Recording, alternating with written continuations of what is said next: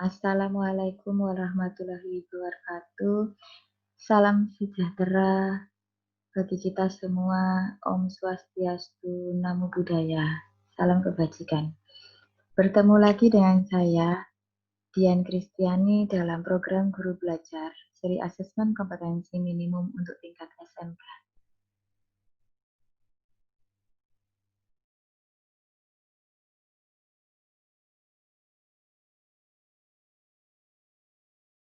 Kali ini kita akan membicarakan mengenai AKM dan implikasinya pada pembelajaran.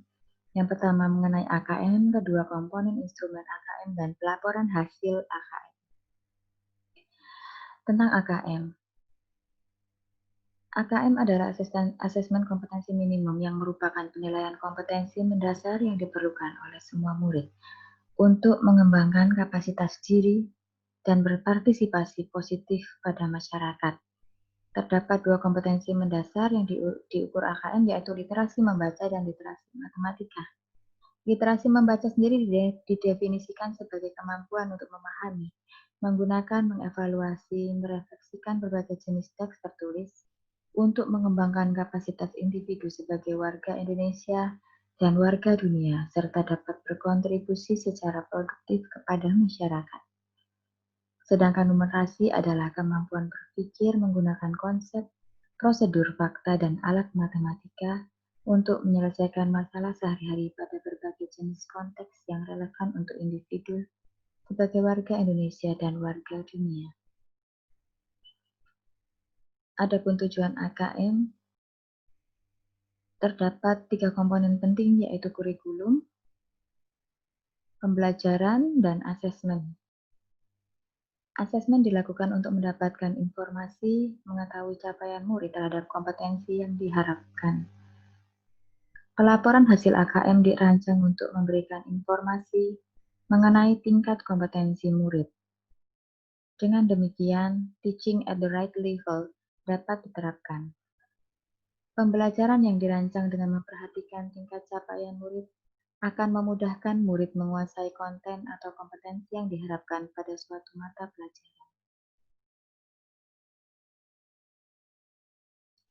Latar belakang dan kebijakan asesmen nasional dilatar belakangi oleh hasil PISA yang membuktikan kemampuan belajar siswa pada pendidikan dasar dan menengah kurang memadai. Pada tahun 2018, sekitar 70% siswa memiliki kompetensi literasi membaca di bawah minimum. Sama halnya dengan keterampilan matematika dan sains, 71% siswa berada di bawah kompetensi minimum untuk matematika dan 60% siswa di bawah kompetensi minimum untuk keterampilan sains. Skor PISA Indonesia stagnan dalam 10-15 tahun terakhir. Menanggapi kondisi tersebut, reformasi asesmen diperlukan guna mendorong peningkatan kualitas pembelajaran.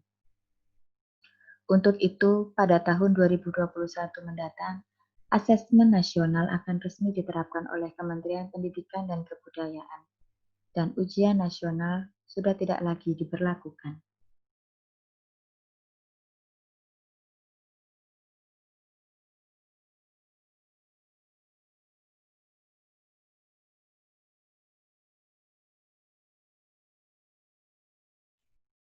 Selain itu, kecakapan hidup abad 21 dan profil karakter pelajar Pancasila juga melatar belakangi adanya asesmen kompetensi nasional.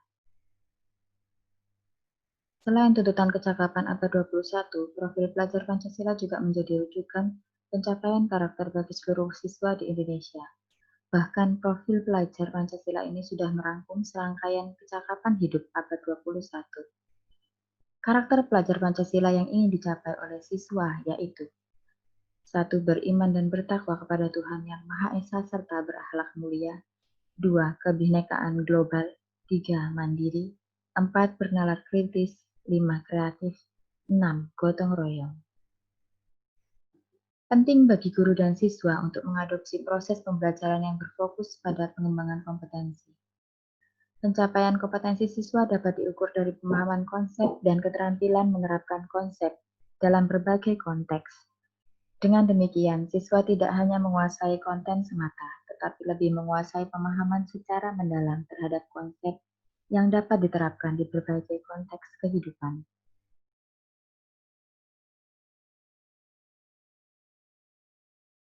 Keterkaitan antara asesmen nasional dengan kecakapan abad 21 dan profil pelajar Pancasila dapat kita lihat pada bagan berikut ini.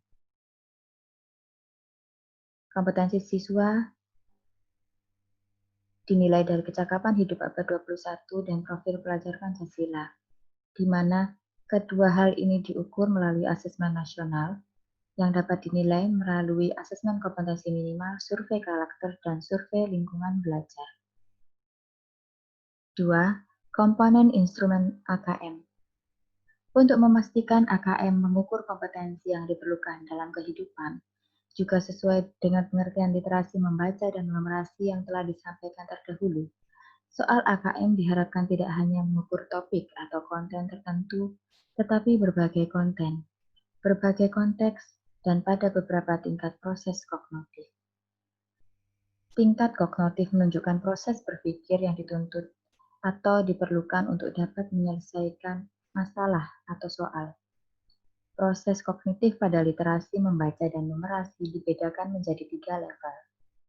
Pada literasi membaca, level tersebut adalah menemukan informasi, interpretasi, dan integrasi, serta evaluasi dan refleksi.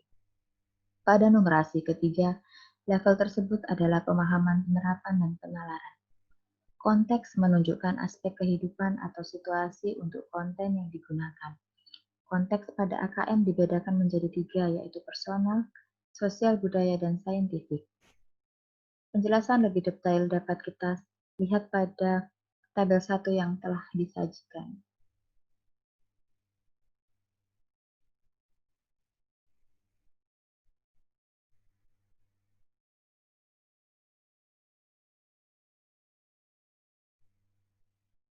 Berikut bisa kita lihat contoh soal literasi membaca untuk kelas 11. Disajikan sebuah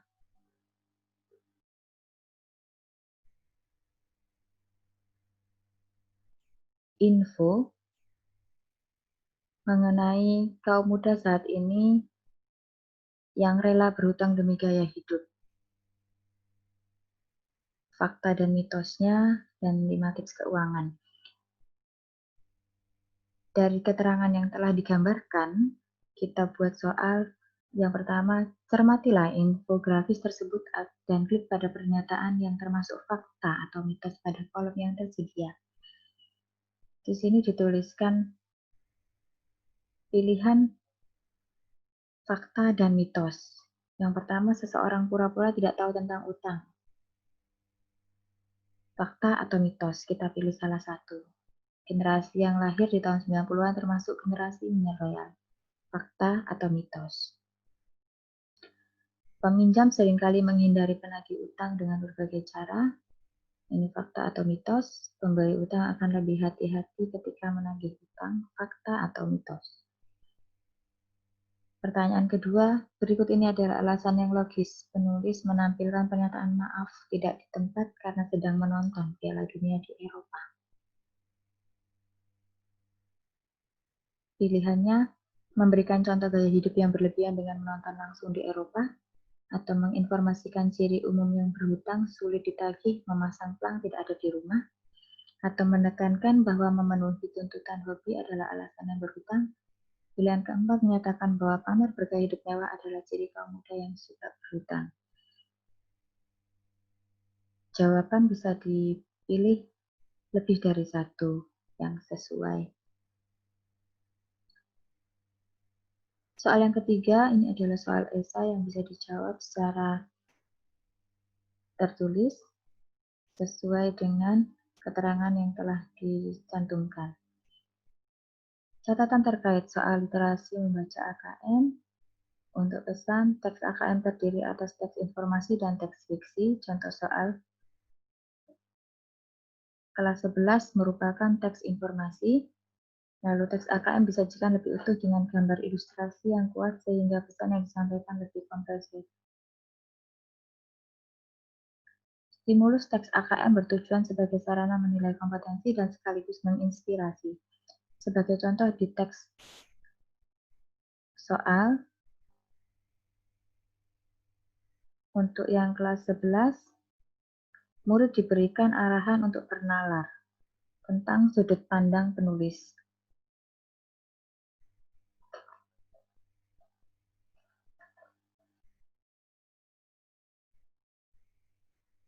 Berikut contoh soal literasi numerasi. Disajikan perbandingan negara A dan negara B antara pendapatan, jumlah penduduk, dan presentasinya. Kategori penduduk berdasarkan pendapatan per tahun terbagi menjadi dua, penduduk kategori miskin dan penduduk kategori kaya. Lalu disajikan dalam diagram batang negara A dan negara B. Tentukan mana diagram batang yang tepat, yang menunjukkan nilai yang telah disajikan dari tabel. Lalu ada jawaban yang kedua.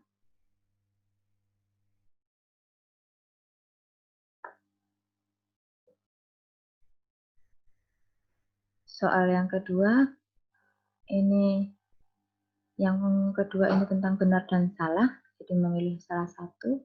Yang ketiga juga iya atau tidak, jadi penjelasannya apa.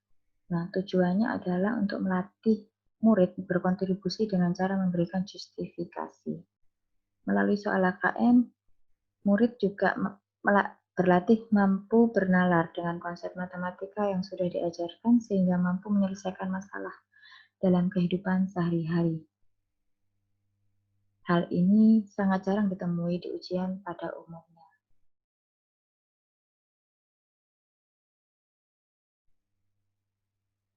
Asesmen nasional bukan pengganti ujian nasional, namun asesmen nasional lebih memberikan gambaran yang lebih utuh dan luas mengenai mutu pendidikan, bukan hanya secara kognitif, namun juga karakter dan iklim belajar. Berikut disajikan petunjuk dan teknis pelaksanaan asesmen nasional. Asesmen nasional terdiri dari asesmen kompetensi minimal, survei karakter, dan survei lingkungan belajar. Asesmen kompetensi minimal mencakup asesmen literasi membaca dan asesmen numerasi. Masing-masing memiliki penilaian tersendiri. Untuk asesmen literasi membaca, siswa diharapkan memahami, menggunakan, dan mengevaluasi serta merefleksi. Lalu yang asesmen numerasi, siswa diharapkan mampu untuk memahami, mengaplikasi, dan bernalar. Lalu pelaksanaannya dilakukan dengan basis komputer dan bersifat adaptif, di mana pertanyaan yang disajikan tergantung kemampuan siswa. Dan untuk peserta KKM dilakukan di seluruh satuan pendidikan, namun tidak semua murid yang mengikuti, hanya pemilihan sampel secara acak saja. Jadwal pelaksanaan seperti yang tertera dilaksanakan selama 2 hari. Untuk SMK, hari pertama dilakukan tes literasi selama 90 menit dan survei karakter 30 menit.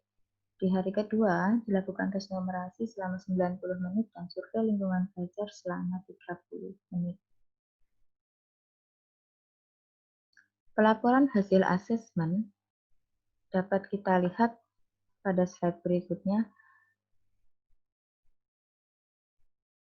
dengan mengidentifikasi 4 kategori tingkat penguasaan kompetensi.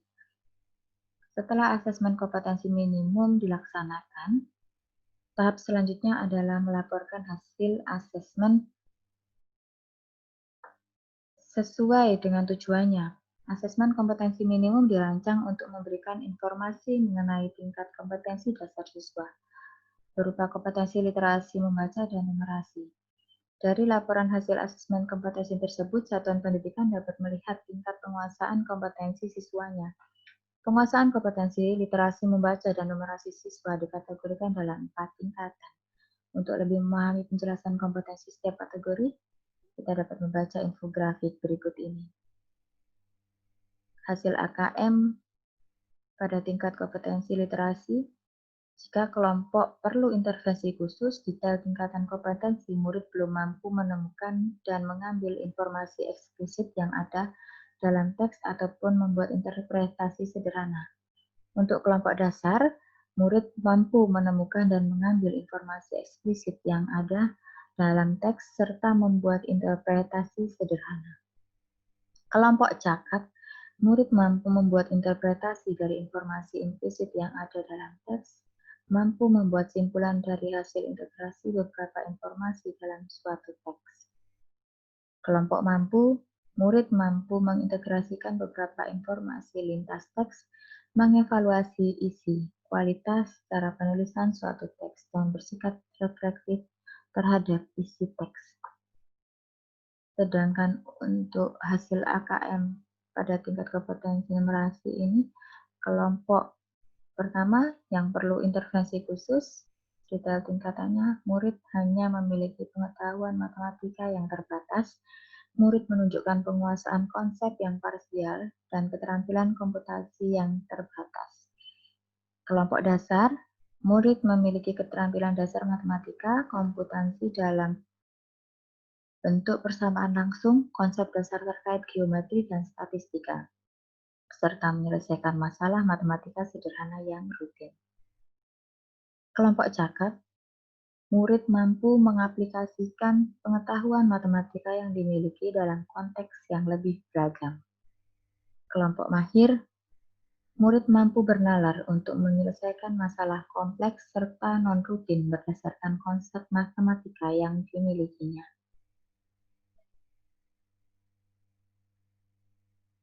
Berikut bisa kita lihat perbedaan pembelajaran berbasis kompetensi dengan berbasis konten. Kompetensi diartikan sebagai kemampuan untuk melakukan sesuatu yang baik, misalnya mampu melakukan tugas atau pekerjaan secara efektif.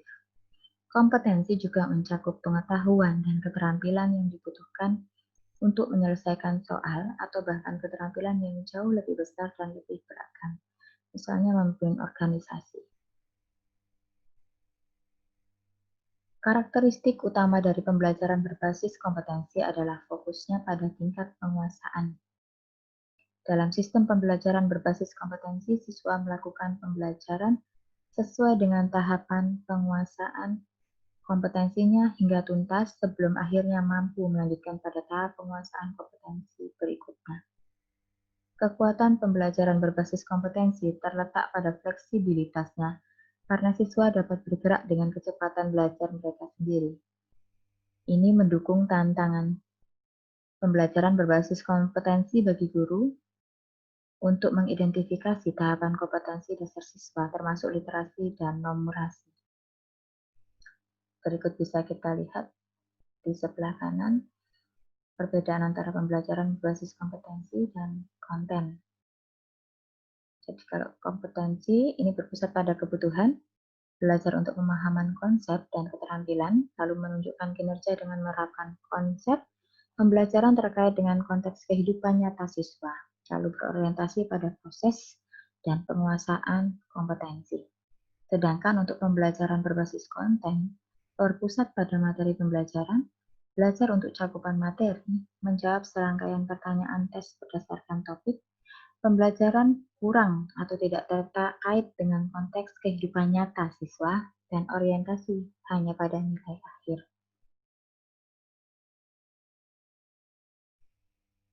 Tidak semua siswa akan mencapai level mahir dalam waktu yang bersamaan. Akan tetapi setiap usaha dalam proses yang dilakukan siswa untuk mencapai level yang mahir tentu akan menunjukkan peningkatan kinerja siswa, di mana siswa menjadi lebih fasih dan terampil. Kefasihan mengacu pada kelancaran mereka dalam melakukan pekerjaannya. Siswa menjadi lebih yakin pada kemampuannya jika ia dapat naik level ke penguasaan yang lebih tinggi. Keterampilan mengacu pada kemampuan untuk beradaptasi dan bereaksi terhadap situasi baru untuk bergerak dengan cepat berdasarkan informasi baru. Sebelum menentukan tindak lanjut yang tepat, guru perlu menganalisis setiap kategori kompetensi siswanya. Penjelasan ini diadaptasi dari penjelasan tahap penguasaan Mac-Rosenberg tahun 2012 dan silakan dibaca dan dicermati pada tabel di bawah ini. Jadi untuk murid yang perlu intervensi khusus, kebutuhannya sebagai pemula biasanya memiliki persyaratan belajar yang sama dan perlu mempelajari keterampilan dan konten yang sama. Dengan cara formal atau informal, para pemula membutuhkan strategi belajar yang lebih formal dan instruksional yang memberikan pengalaman dan kesempatan belajar serupa pada semua siswa pemula. Struktur pembelajaran untuk pemula sangat mendasar sifatnya dan terletak pada alur pengajaran yang intensif dan program yang terstruktur melalui pendekatan training atau pelatihan intensif. Lalu untuk tahap dasar, untuk tingkat dasar, kebutuhan siswa sudah mulai kompeten dan berusaha untuk mengasah keterampilan mereka saat mereka merasa nyaman. Cara yang dilakukan dengan mengadakan program pelatihan yang lebih maju yang mencakup lebih banyak latihan, simulasi, dan pemecahan masalah. Struktur pembelajaran dapat didorong oleh program terstruktur, namun perlu pula mulai memperkenalkan lebih banyak variasi ke dalam desain pembelajaran untuk memenuhi kebutuhan individu yang muncul melalui pendekatan coaching, simulasi, dan pemecahan masalah untuk meningkatkan kinerja dan tingkat kenyamanan siswa pada tingkat ini. Pada level cakap, kebutuhan belajar dan persyaratan kinerja semakin unik dan seringkali tidak dipenuhi oleh program pembelajaran seperti pada tingkat-tingkat yang sebelumnya. Dilakukan dengan cara memperkenalkan lebih banyak strategi pembelajaran informal.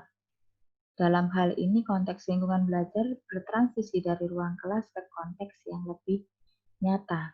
Struktur pembelajaran dapat dilakukan dengan cara personal dan kurang terstruktur. Desain pembelajaran mulai bergeser pada demonstrasi kinerja dengan pendekatan pengelolaan pengetahuan yang sudah didapatkan serta memberikan dukungan kinerja pada siswa dengan tingkat kompetensi cakap. Ini sebagai kesempatan belajar dan kinerja dalam konteks di luar sekolah. Pada level mahir, kebutuhan siswa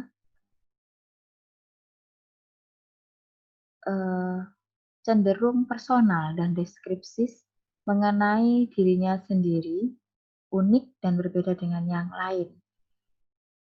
Pembelajaran dapat dilakukan dengan cara aktivitas berbasis teman sebaya, kolaboratif, dan sosial.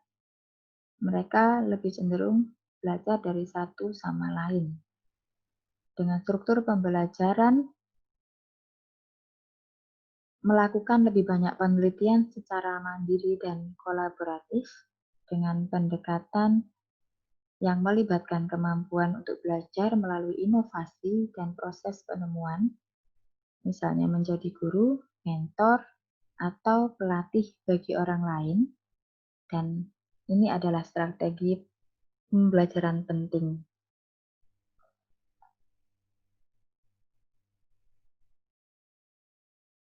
Berikutnya adalah implikasi pembelajaran lintas mata pelajaran. Bisa kita lihat pemanfaatan hasil AKM untuk menguasai konten. Implikasinya, jika kita lihat pada contoh strategi penguasaan konten di mata pelajaran fisika.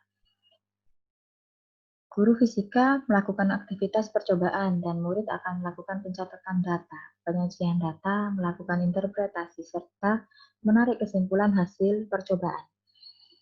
Dari contoh gambar ini, dapat diinformasikan 4 tingkat kompetensi dengan tindak lanjut yang perlu diberikan. Yang pertama adalah murid di tingkat intervensi,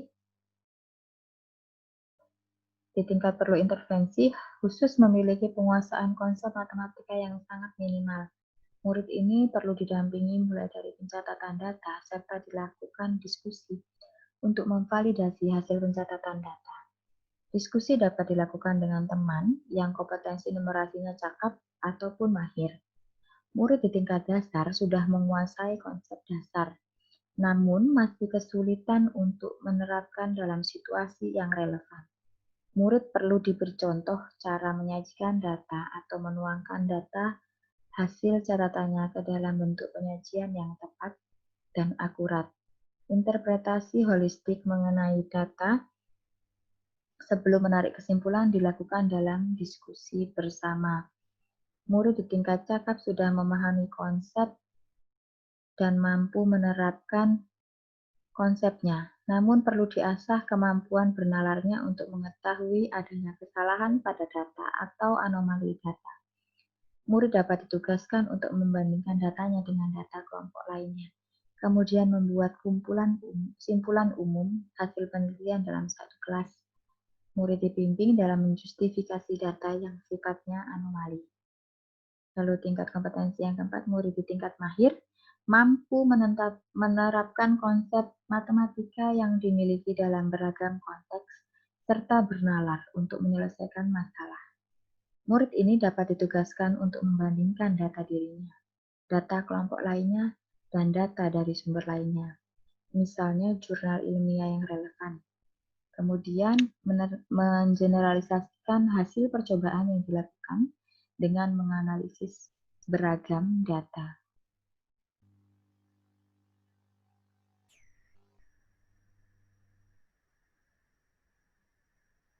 Berikut adalah segitiga belajar mengenai kurikulum, asesmen, dan pembelajaran. Peran pertama dan utama asesmen harus dilihat sebagai bagian dari proses pembelajaran yang utuh. Kerangka yang sering digunakan adalah segitiga belajar yang mengaitkan antara asesmen, kurikulum, dan pembelajaran. Segitiga belajar membantu kita tidak melihat asesmen, kurikulum, dan pembelajaran sebagai aspek yang berdiri sendiri. Guru dan pemimpin sekolah dapat melakukan penyelarasan antara tiga aspek yang menentukan pengalaman belajar murid. Dalam segitiga belajar, maka makna masing-masing segi adalah sebagai berikut. Yang pertama untuk kurikulum. Kurikulum adalah seperangkat kompetensi yang penting dikuasai murid dengan menggunakan cara belajar dan asesmen tertentu. Selain mengacu pada tantangan dunia nyata, hendaknya juga mengacu pada hasil asesmen dan refleksi praktik pembelajaran.